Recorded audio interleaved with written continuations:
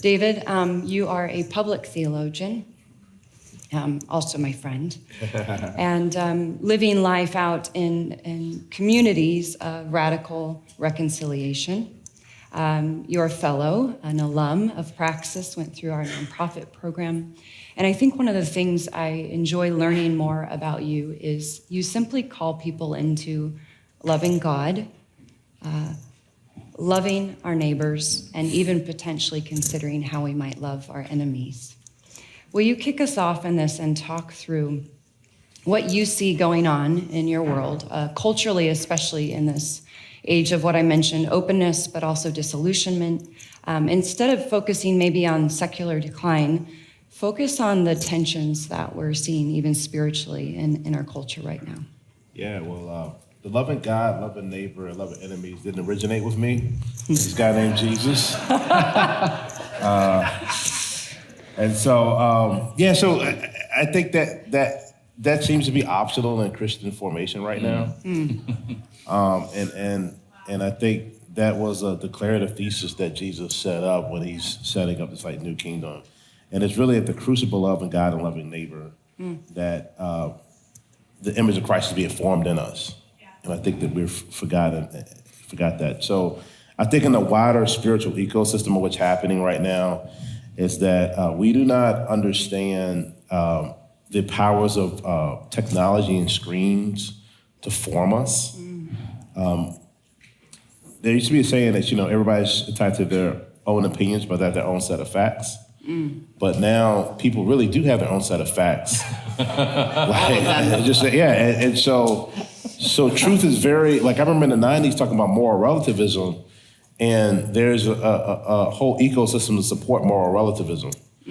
And so screens are one of the digital discipleship, I think, is one of our biggest problems that we're having, is because of our liturgical practices of screens. We are being blindly discipled and are taking on values where we aren't really looking to, we're reading basically, we're interpreting scripture through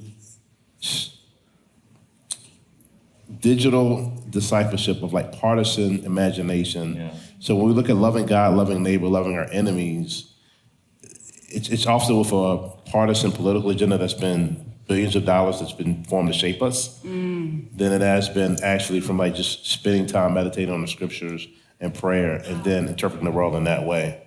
So that I think that's one of our biggest existential crises that we're dealing with right now. Yeah.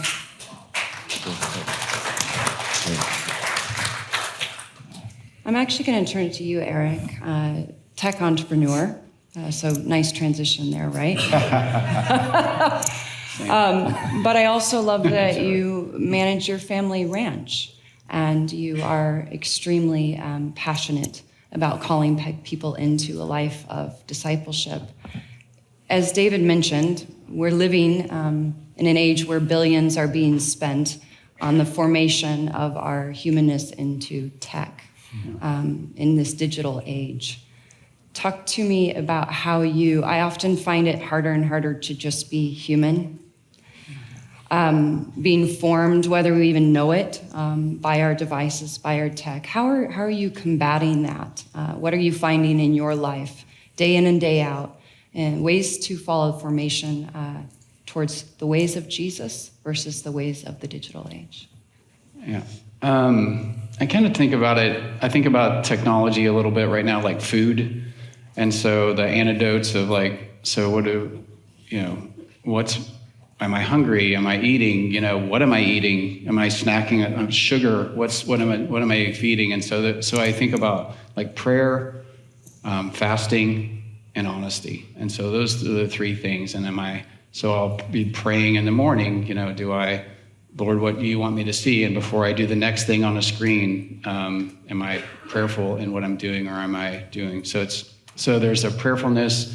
I fast from certain things to see what my desires are, right? And if that's an app, if it's and then I try to notice if I'm going to screens to do something, whether it's, Netflix or whether it's on my phone, why am I doing that? Is there something disordered, right, around am I afraid of something? Do I need to control something? Am I bored? And so instead of maybe going to the Lord or going to a person, I'm going to the screen to be filled. So I think that honesty and noticing, so those are my prayer, fasting, and just being honest with, and being like, oh, why am I doing this? And even the honesty with, so, and one new thing my spiritual director was telling me is like, I have a 13-year-old son, and he's puberty and going through that thing around. And he said, hey, use your That thing. use your son, your relationship with your son, as an indicator of your relationship with the Father. And how, like, in the things that are annoying you or irritating you or hurting you, like, how does that relate to your relationship? And so I also am noticing, like, oh, how does this relate to what is my relationship with the Father right now? If I'm not going to him when I need something, I'm going to the screen. And so that's the indicator and the honesty around it. I love it. John, we could say all sorts of things about what you do in the world, but I'd love to just focus on a deep desire you've had in the last 5-10 years to push into what you refer to as urban monasticism, learning a lot about what it means to be formed, and you're almost possessed by this idea of what forms us, and choosing in a really interesting way some real practical decisions to be formed in new ways. So talk to us about urban monasticism. Raise your hand if you've come through Coram Deo at some point. So yeah, maybe even the majority of this room has either stayed as a guest or been a part of an event there. I mean, that's really this expression of urban monasticism. I was very much taken. I think Jared Boyd is in the room. The Order of the Common Life has been, in many ways, a flashlight for me, my family, many in our community, on what does monasticism look like for normal people with ordinary jobs, trying to follow Jesus with a very high degree of intentionality, raising kids. I also have a boy going through puberty or something like that, or whatever that thing is. And so we're doing this in the middle of New York City, and there's this ancient tradition we're trying to lean into, these practices. They're not complicated, as David was saying earlier. He didn't invent love God, love neighbor, love enemy. Certainly we didn't invent these practices like fasting, silence, solitude, and the contemplative life. Jesus often withdrew to lonely places to pray. And so, this was a pretty bold experiment. We're 8 years in. It was actually May of 2017 that we formally closed on the property. And it's hard. It's hard to do this stuff. And I think maybe the only thing I can say, because I feel very, I don't feel very confident, to be honest, in claiming this sort of victory of, oh, well, if you do these things and if you follow this playbook and if you have a rule of life, like that will sort of be the antidote to these ills that we're facing right now that have been articulated by these guys. All I can say is that, and I think, David and his family are over there, all I can say is I've continued to show up. It's 8 years. What is that? Somewhere around 3,000 straight days. And there have been times when maybe we weren't sure would we show up next month. But that showing up, that commitment, maybe some monastic language would be a vow of stability, that was our down payment. That was our seed, if you will. But actually, even though it's been hard, and even though maybe some of the things I had hoped for have not fully materialized in exactly the way that I initially imagined 8, 9, 10 years ago, that seed, that down payment has resulted in some pretty beautiful things. So That's I'm amazing. actually grateful for that. Amazing. Love that. Yeah, so if you don't know the extent of that story, John, your way of choosing to be more human was just to move in with the Blanchards, right? So, no, it's honestly that proximity to others, choosing to live that close, as you said. Can I maybe just Yeah, add go to ahead. that? So my ministry in life has come out of similar context. We don't live in an apartment because we live in Richmond, Virginia. So we live in a neighborhood. So we were committed to really basically be in one place for a minimum of 20 years to 40 years with a group of friends, kind of in a Christian Community Development Association model. But particularly proximity with the poor. So poor people's problems are also our problems and not just like those that we got to come in and do a project for. And that has been I'm surprised how formative that has been for me personally. I literally came in there thinking that as a college-educated, Black, middle-class couple, we would come in and do a whole lot of great things for youth and people on the margins. But it's really been so formative for us. Now, I would say that the daily, every day, we got more records on failures than we do have successes. But the things that we have learned have really come out of a lot of just staying at it for a long period of time. Yeah. So coming to almost 20 years. And when you kind of look at like church metrics when it comes to like butts and seats, budgets, and building, we don't own the building. The budget is always a faith journey. And That's a good way to put it. And we got less people than we started with, right? But Those are metrics. right. But at the same time, like the mayor and the city, the chief of staff and the person in charge of health and human services go to our church. And that's been out of our formation over. So we have a disproportionate amount of influence in our city, in our neighborhood, in our community, because of the formation and discipleship, I think, in that way, and some deliberate choices that we made. So I just think that there's just something about like staying present, and the value of stability is really key, and also incarnation, being in proximity with people. So good. Proximity. You mentioned also proximity with those maybe in different socioeconomic statuses. We talked a bit of this idea of discipleship of power. And in the thesis that we read together, we talked about how to shift time, energy, resources, friendship towards individuals with less. Tell me, Eric, if you will, around this idea of the discipleship of power. If I think about that and think about it, like so Jesus, the object of his power, right, was to love and bless.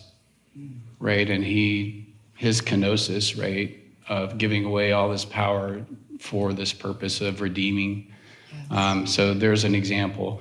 And then there's two stories, like when I was in my premarital counseling with my wife, she had a lot of a sickness. And one of the premarital counselors was like, hey, you have a choice. Do you want to be angry or do you want to be an agent of God's healing in her life? So that's one story. And then my dad gave me enough money to start and fail a business. And so as I think about people, I think generationally in two ways. I want to provide a place where people can heal, and I want to bless their next generation. And so that plays out in the company of being safe enough where people can heal from things, right? It's a safe culture. And economically, they're not having to struggle. They can focus on healing and forward things. And I think about, like, I want everybody in my company to have, that down payment for their kids too. So those are two places. Yeah. That's beautiful. Eric, you mentioned recently to me maybe a goal or a metric of yours in your life is that you, in your life where you do have influence over many and where you intentionally steward influence and resources to others, that one of your goals is just not to break anyone. Talk about that. Yeah, like Jesus never damaged a broken reed, And I think about like right now, one of the brokenness that I see is like authority. Like people don't, they have tons of father wounds, they have God wounds, they have a tremendous number of authority wounds. And I just, I think that's one of the things to heal. Yeah. And so I don't want to break anyone. That's right. You pointed out a verse to us earlier. Well, yeah, I said, blessed are the righteous. When the righteous prosper, the people rejoice. Yeah. Right? And I want to be someone who people to rejoice over when good things, right? So. Yeah, that I just like how we reconcile, how we deal with power. I love power. Wait, hold on. What do I mean by that? I love control. Is that not better? What else do you love, John? Hold on. Wait a second. Power, control. Right? Yeah. Okay, what am I trying to say?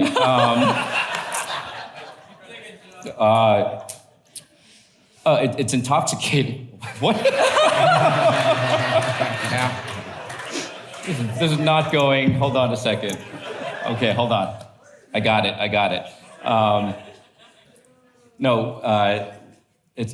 What do we do? What do we do with power? And I think power exists in this interesting environment where entrepreneurs were isolated. Mm-hmm. And I think part of what the Cornell experiment has told me as it relates to all of this is when we're actually known, and I think this has been one of the gifts of living with Dave and the Blanchards. I actually think Dave knows me. And in its own way, there's been a spiritual dynamic in which that has sort of, and I think there's some mutuality here, and I think I would even want to take some credit for how Dave leads this wonderful community we call Praxis, because I think there's been a mutuality in how we know one another, that the spiritual dynamic is that it mutes this desire for power. It mutes this desire to control. And I see the way Dave leads, and I think he embodies a lot of what Eric is talking about. We actually want to love, care for the people who we oversee. And I think being known and being in community has been an interesting context in which this has been able to be made manifest and brought forward into the world. So, it's beautiful. You also deal with this so often. You want to speak on this? Yeah, I would say loving God, like the loving the neighbor piece, the way that Jesus illustrated that was basically being in proximity with somebody who was in need, and then somebody who was different, and somebody who was also perceived as an enemy. And yet being willing to allow your finances and life and priorities to be changed and disrupted in order to serve that person. And so, but the way that we define neighbor is basically those who can afford to live next to us. And so how do we love those people? And I actually think that there is like such a significant formational practice in actually being in proximity with those who are vulnerable that can inconvenience your priorities. Yeah. And I wouldn't have known that if I didn't live in this experience. Right. So it's like I didn't have that theological revelation. That's just a lived experience revelation. Yeah. So I want to say that there's a poverty that those who aren't in, I'm not talking about doing charity because so many people here do a lot of stuff for vulnerable, broken people. I think there's a spiritual practice of actually being in not charity but solidarity with folks who are vulnerable. That is, I want to invite you into that type of way of formation. I'll give one quick illustrative story. There is, Kirk Whalum is a saxophone player who's very famous, lives in Memphis. You would have heard him, if you heard I Will Always Love You, that saxophone solo is him. And so he is a very, very beautiful, devout Christian, very humble guy. But one of the things he does to practice solidarity is to give haircuts for folks who are homeless. And so if you know the barber relationship, that's like, I mean, yeah, he's cutting your hair, so there's some level of power, but like, but that's really that's really a mutual friendship kind of space. And so sometimes he has to go out of town to go on tours. And so, so then, the folks at home are like, bro, man, where were you at, man? I didn't get a chance to get my haircut. They get a haircut every 2 weeks or so. And he says, oh, man, I had to be out of town. So he was telling a story to a friend of mine. And the guy said, well, don't they know who you are? He was like, yeah, they know I'm his barber. So I just think that level of humble, like finding a space where you're not anybody of power, influence, where you aren't the donor or the investor or whatever case may be. You're just somebody's barber, and that you're committed to be accountable to them. That is the thing that I think is really transformative for power. I love it. I love it. Again, not new programs or initiatives necessarily or quick fixes, but as you've seen, just faithfulness in the small things, right? These choices. Thank you. Thank you to all three of you.